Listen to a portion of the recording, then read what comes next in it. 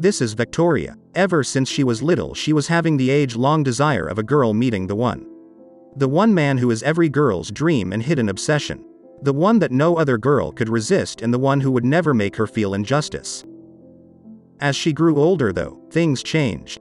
But why? Somehow the expectancy, curiosity and want turned into an unexplainable lack of interest in every guy she knew. Well, let us introduce you to Chad. The big muscular guy with huge biceps and veins bulging on his forearms. She imagined he would be well off, look and probably smell good. Not only that, but he has game when it comes to girls. At every pool party he's not only invited, but also the life of the party and center of attention. All the girls are looking at him and admiring his muscles. The spotlight is his. Chances are he is the one flirting with the girl you like at the bar. He has her attention while spitting his finest lines right into the girl's ears and seducing her. He's charming her, and you can tell just by looking at it. She likes him. He, on the other hand, he might just be practicing his game with girls without thinking too much of that girl in particular. He also happens to be the type of guy to take her home after the party. To the girl it doesn't really matter where he lives, that he's so conceited that he doesn't even work a job, and that he drives a pickup truck that will soon need a push just to start.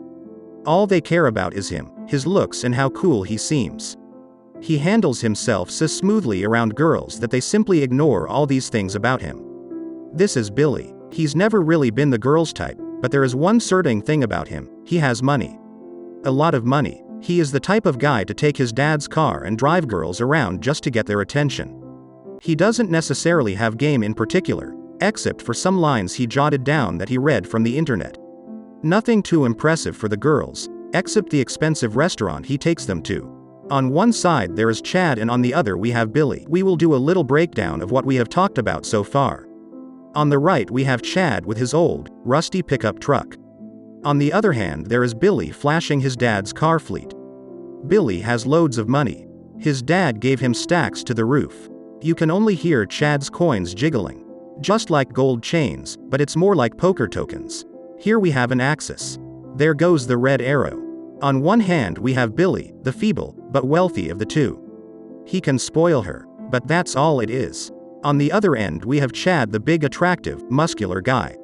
He can't necessarily bathe her in luxuries, but he can definitely give her a great time. The truth is she doesn't want either of them, but a bit of both. Basically a combination of the two. Someone not too much like Billy, nor Chad. We will explain who that guy is in a second.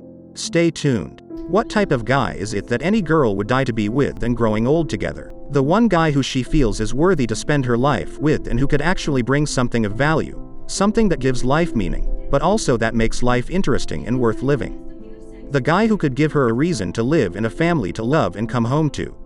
We are talking about a guy with whom to share the good, fun moments with, but also someone that would be there for you when needed. The partner with whom to experiment new things. The one who makes you forget your fears and that inspires you the courage to just let go and have some fun. The one with whom to explore the wide world when you grow older. The one that gives you the type of experiences like dancing on a Parisian balcony in the morning right after they have given you the news that tonight something special is waiting for you too. It might not be something that you absolutely need.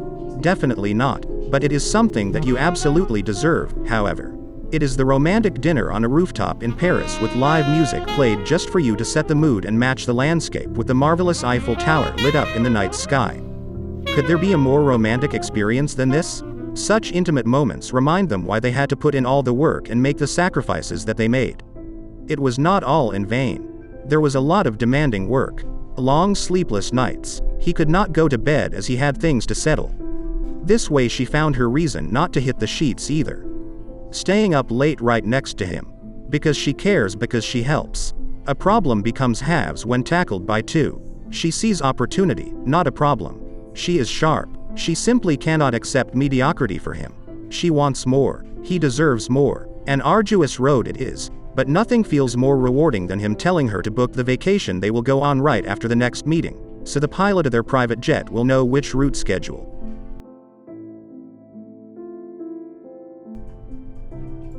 As they get off the jet, they feel the warm exotic breeze on their face. A woman wearing exotic clothes is waving at them as they approach their bungalow that sits right above the water. Life feels good, it feels right, it is enjoyable. She, at least, could have gotten these same vacations, however, without going through all the hassle of the work and sacrifices that had to be made. Why did she not? Well, because she loves him. She is down for him. They simply do things together, and that is the way it is. They help each other up. There is no shortcut to any worthwhile undertaking. And they know that. There are no cutting corners. You take the good with the bad, the bitter with the sweet. And trust me, it gets really bitter sometimes along the way. But they love each other. They are there for each other. She sometimes even dreams about him. He turns her nightmares into sweet dreams. This is the evil king's castle. She finds herself kidnapped in the highest tower of the castle. Up there alone, with no one to hear her out, no one to help her and no one to comfort her. She panics. Suddenly there he is. He appears out of the dark sky with a parachute ready to salvage her. She craves for such audacity to have the courage to actually rescue her in such a physical way.